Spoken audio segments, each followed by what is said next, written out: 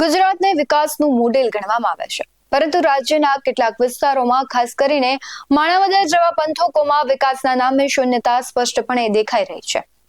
સ્થાનિકથી લઈને કેન્દ્ર સુધી ભાજપના પ્રતિનિધિઓ હોવા છતાં વિસ્તારમાં આર્થિક અને ઔદ્યોગિક પતન ચિંતાજનક સ્તરે પહોંચી ગયું છે. એક સમયે ધમધમતું ઔદ્યોગિક કેન્દ્ર આજે ખંડેર કારખાનાઓ અને સુમસામ બજારોનું દ્રશ્ય રજૂ કરે છે. નમસ્કાર, આપની સાથે હું ભૂપતિ વિશાવડિયા. માણાવદર તાલુકાના ગામડાથી તાલુકા પંચાયત, જિલ્લા પંચાયત, ધારાસભ્ય, સાંસદ સભ્ય ભાજપના હોવા છતાં માણાવદર પંથકની માઠી દશા બેઠી છે. ત્યારે દિવસે ને દિવસે માણાવદર તાલુકાનો વિકાસને બદલે ધીમે ધીમે વિનાશ થઈ રહ્યો છે. માણાવદર તાલુકામાં એક જમાનામાં જીનિંગ, પ્રેસિંગ ઓઇલ મિલો, વેજીટેબલ ઘી પ્લાન્ટ જેવા ઔદ્યોગિકથી માણાવદર પંથક ધમધમતો હતો. રેલવે લાઇન, માલગાડી, ટ્રક ટ્રાન્સપોર્ટેશનથી માણાવદર તાલુકાનું ઉદ્યોગ ધંધાનું વિકાસનું માન્ચેસ્ટર ગણાતું હતું. અને ગુજરાત જ નહીં, પરંતુ બીજા રાજ્યોમાં લોકો પણ અહીં રોજગારી મેળવવા માટે આવતા હતા. છેલ્લા કેટલાય સમયથી માણાવદર તાલુકાની માઠી દશા બેઠી હોય તેવા દ્રશ્યો સામે આવી રહ્યા છે. ઔદ્યોગિક ધંધાના નામે હવે માત્ર ખંડેર કારખાનાઓ, ધંધા રોજગારો વિના બજારો પણ સુમસામ બની ગઈ છે. ખાણ, ખનીજ અને રમતગમતના મંત્રી તરીકે ડોક્ટર મનસુખ માંડવિયા કાર્યરત છે, ત્યારે સંસદમાં તોતિંગ બહુમતીથી ચૂંટાઈને પ્રતિનિધિત્વ કરે છે. ત્યારે માણાવદર, બાટવા, વંથલી પંથકમાં રોજગાર ધંધા માટે કોઈ ઉદ્યોગ, ઇન્ડસ્ટ્રી ઝોન કે જીઆઈડીસી નું નિર્માણ કરીને સ્થાનિક રોજગારીઓને તક મળે તે માટે ઉદ્યોગ સ્થાપવાની જરૂર છે. વંથલી પંથકમાં ચીકુ, રાવણા, કેરી અને પાકો આધારિત કોઈ ઉદ્યોગ લાવે તે જરૂરી છે. વેપાર ધંધા રોજગાર હોય તો રેલવે લાઇન, બસ વ્યવહાર, ટ્રાન્સપોર્ટેશન વધુ સુવિધા મળે, પરંતુ આ પંથકમાં ઉદ્યોગ ધંધાના નામે મીંડું છે. એક અંદાજ મુજબ પ્રત્યેક દિવસે માણાવદરમાંથી ધંધા, રોજગાર અને અભ્યાસ માટે એક ઘર માણાવદર, બાટવા પંથકમાંથી હિજરત કરે છે. ત્યારે માણાવદર, બાટવા અને વંથલી આર્થિક, સામાજિક અને ભૌતિક વિકાસ કરે તેવું માણાવદર, બાટવા અને વંથલી પંથકની જનતા ઈચ્છી રહી છે કે અપૂરતી સુવિધાવાળી એસટી સેવાઓ, નોકરી, ધંધા, વેપાર, રોજગારી માટે માણાવદર, બાટવાથી અન્ય સ્થળે અપડાઉન કરતા કે હિજરત કરતા આ મુલકના માણસોની વહારે વર્તમાન સરકાર આવે અને આ પંથકને ફરીથી ધમધમતું કરે તેવી માંગ ઉઠી છે. માણાવદરના સ્થાનિકોના મુખે સાંભળવું તેમની વેદના. હું રાજુ જાટકિયા, જીનિંગ પ્રેસિંગ ઇન્ડસ્ટ્રીઝનો માલિક. આજે આ માણાવદર કોટનના ધંધાની અંદર સંપૂર્ણપણે પડી ભાગ્યું છે.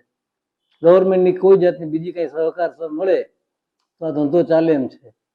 અમારી પાસે મોટી મોટી ઇન્ડસ્ટ્રીઝો છે, જેમાં ઘણા બધી જમીનો હોય છે, પણ ગવર્મેન્ટના નવા નિયમોને જંત્રીના હિસાબે એમાં કોઈ પણ જાતની મુવમેન્ટ થતી નથી. કોઈને વેચવું હોય તો ખરીદનાર નથી, કારણ કે જંત્રીના ભાવ બહુ ઊંચા છે. આજે ગવર્મેન્ટને રજૂઆત ઘણી કરી પણ કંઈ કરતું નથી. બાજુના ગામડાની જમીન 1.5 લાખ રૂપિયાના જમીનના ભાવ છે જંત્રી મુજબ, ત્યારે અમારા 35 થી 45 લાખની પ્રપોઝલ છે. આ કોઈ સંજોગોમાં વાયેબલ નથી. રિયલ જમીનની વેલ્યુ 6 થી 8 લાખ રૂપિયા છે. આ કોઈ સંજોગોમાં આગળ ડેવલપમેન્ટ થતું જ નથી. તો સત્વરે સરકારને આ બાબતે કાંઈક વિચારી જંત્રી માટે અને અમારા પડી ભાંગેલા ઉદ્યોગ માટે કાંઈ નવું કરવાની જરૂર છે. અમને સાથ સહકાર આપે તો ફરી અમે આગળ બેઠા થઈ શકીએ એમ છે. નમસ્કાર, મારું નામ ચિરાગ હરિભાઈ પટેલ છે. હું માણાવદરનો રહેવાસી છું. માણાવદરની અંદર મારો જન્મ પણ થયેલ છે. આટલા અરસામાં મેં માણાવદરના સારા દિવસો પણ જોયા છે અને માણાવદરના નબળા દિવસો પણ જોયા છે. માણાવદરના એક રહેવાસી તરીકે હાલ મને એવું લાગે છે કે માણાવદરમાં મુખ્યત્વે 3 પ્રાણ પ્રશ્નો છે, જેમાંનો એક છે કે અહીંનો ઔદ્યોગિક વિકાસ. જે માણાવદરમાં અમે નાનપણમાં હતા ત્યારે અમને લાગતું કે માણાવદર મિની બોમ્બે કહેવાતું. હાલના સમયે ઉદ્યોગ ધંધા પડી ભાંગ્યા છે. 150 થી ઉપર અહીંયા જીનિંગ ઉદ્યોગો છે. હાલમાં 25 થી 30 ચાલુ છે, બાકી બધા બંધ છે. તો સરકાર અથવા જે કોઈ પ્રતિનિધિ હોય અહીંયા ધ્યાન આપી નાની એવી જીઆઈડીસી આપે તો નાના મોટા લઘુ ઉદ્યોગો આવી શકે એમ છે. બીજો અહીંનો પ્રશ્ન છે આરોગ્યને લગતો. માણાવદર તાલુકો હોવા છતાં 57 ગામડા માણાવદરને લાગુ પડે છે, છતાં પણ માણાવદરમાં એક પણ એમડી ડોક્ટર નથી. જે પણ ડોક્ટરો આવે છે વિઝિટર ડોક્ટર તરીકે આવે છે, કાયમી કોઈ પણ અહીંયા ડોક્ટર નથી, જેથી કરીને લોકોને ગામડામાંથી અથવા શહેરમાંથી કોઈ પણ અચાનક જવાનું થાય તો ઇમરજન્સી માટે એને જુનાગઢ અથવા રાજકોટ જવું પડે છે, જેથી કરીને લોકોને બહુ હાલાકી ભોગવવી પડે છે. ત્રીજો પ્રશ્ન છે અહીંનો એજ્યુકેશનનો. માણાવદરમાં સરકારી અને પ્રાઇવેટ સ્કૂલ પણ ઘણી બધી છે. પણ હાલનો ક્રેઝ જોતા મીડિયમ ઇંગ્લિશમાં વાલીઓ એના તરફ દોડ મૂકે છે. તો મીડિયમ ઇંગ્લિશમાં ભણવા માટે હાયર એજ્યુકેશનમાં એટલે કે 9મા ધોરણથી માણાવદરમાં કોઈ એવી સુખ સગવડ હોતી નથી. જેથી કરીને બાળકોના ઉચ્ચ અભ્યાસ માટે લોકો જુનાગઢ હિજરત કરે છે. દર વર્ષે આશરે 40 થી 50 ઘર માણાવદર છોડીને જુનાગઢ બાળકોના એજ્યુકેશન માટે જાય છે, જે ખૂબ ગંભીર પ્રશ્ન છે.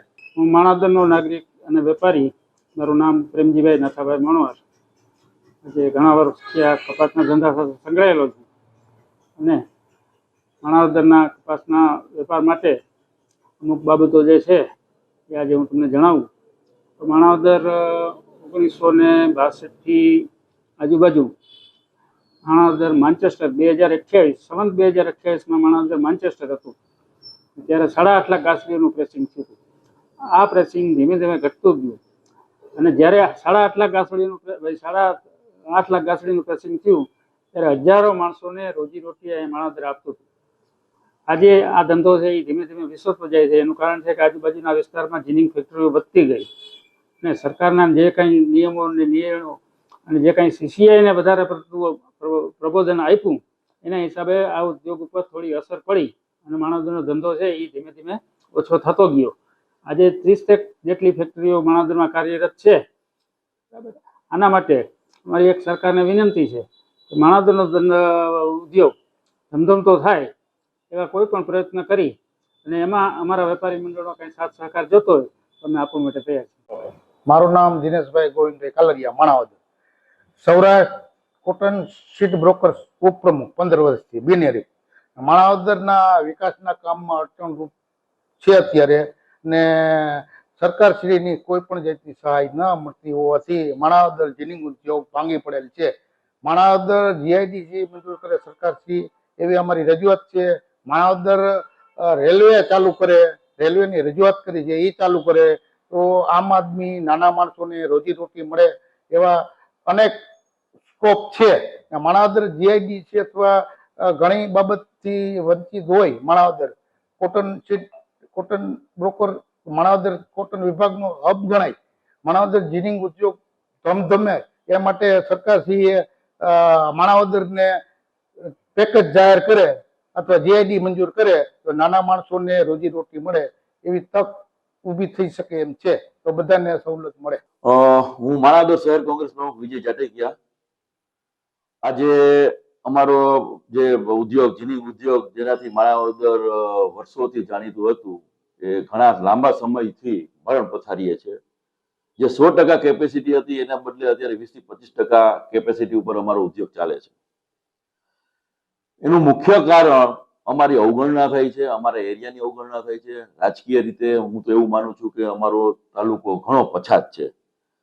રાજકીય જોઈએ તો ઘણા વર્ષોથી અહીંયા ભાજપની ધારાસભ્ય છે, નગરપાલિકા ભાજપ છે, તાલુકા પંચાયતો ભાજપની છે અને એમ જોવો તો જિલ્લા પંચાયતથી માંડીને ગુજરાત રાજ્ય અને હવે તો છેલ્લે કેન્દ્ર સરકાર પણ ભાજપની છે. ત્યારે અમારી લોકોની માણાવદરના લોકોની અપેક્ષા અને વેપારીઓની અપેક્ષા સરકાર પાસે એવી હોય કે અમારું માણાવદર પાછું ધમધમતું થાય અને અમને જેટલી સહાય થાય, જેટલી માર્ગદર્શન મળે અને જેટલો સરકારનો યોજનાઓનો લાભ મળે એવી અમારી સરકાર પાસે આજે વિરોધ પક્ષના પ્રમુખ તરીકે અને માણાવદર શહેર કોંગ્રેસ તરીકે મારી લાગણી અને માગણી છે. જો આ મુદ્દાઓ પર તાત્કાલિક ધ્યાન આપવામાં નહીં આવે તો માણાવદર જેવા વિસ્તારોમાં વિકાસના નામે શૂન્યતા ચાલુ રહેશે અને લોકોની હિજરત વધતી રહેશે, જે રાજ્યના સર્વાંગી વિકાસ માટે એક મોટો પડકાર બની રહે છે.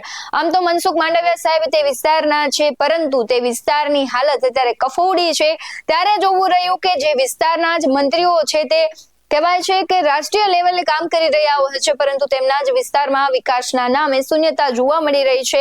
આમ તો ભારતીય જનતા પાર્ટી વિકાસના બહુ મોટા બણગા ફૂંકે છે, પરંતુ વિકાસની વરવી વાસ્તવિકતા જોવી હોય તો તમારે માણાવદરના દ્રશ્યો જોવા પડે અને માણાવદર ઉપરથી લાગી રહ્યું છે કે માત્ર વિકાસ અત્યારે કહેવાય છે કાગળો ઉપર જ છે. વિકાસના જે દ્રશ્યો છે, આમ તો ચોમાસું છે એટલે દરેક શહેરોમાંથી સામે આવે છે કે વિકાસ દરેક શહેરોનો કેટલો થયો છે, પરંતુ જે મરણ પથારે પડી રહ્યું છે માણાવદર તેની સ્થિતિ ખૂબ જ વરવી છે, ત્યારે હવે જોવું રહ્યું કે માણાવદરનો વિકાસ સરકાર કેટલું કરે છે, કારણ કે ટ્રિપલ એન્જિન સરકાર, ડબલ એન્જિન સરકાર આવી વાતો તો સરકાર કરે છે, પરંતુ વિકાસના નામે શૂન્યતા માણાવદરમાં દેખાઈ રહી છે।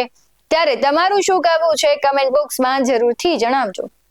આવા જ વધુ અહેવાલો સાથે ફરી મળતા રહીશું। તમે અમારી YouTube ચેનલને સબસ્ક્રાઇબ કરવાનું, અમને ફેસબુક અને ઇન્સ્ટાગ્રામ પર ફોલો કરવાનું ભૂલશો નહીં। બાકી નવી અપડેટ્સ મેળવવા માટે જોતા રહો BS19 ન્યૂઝ। નમસ્કાર।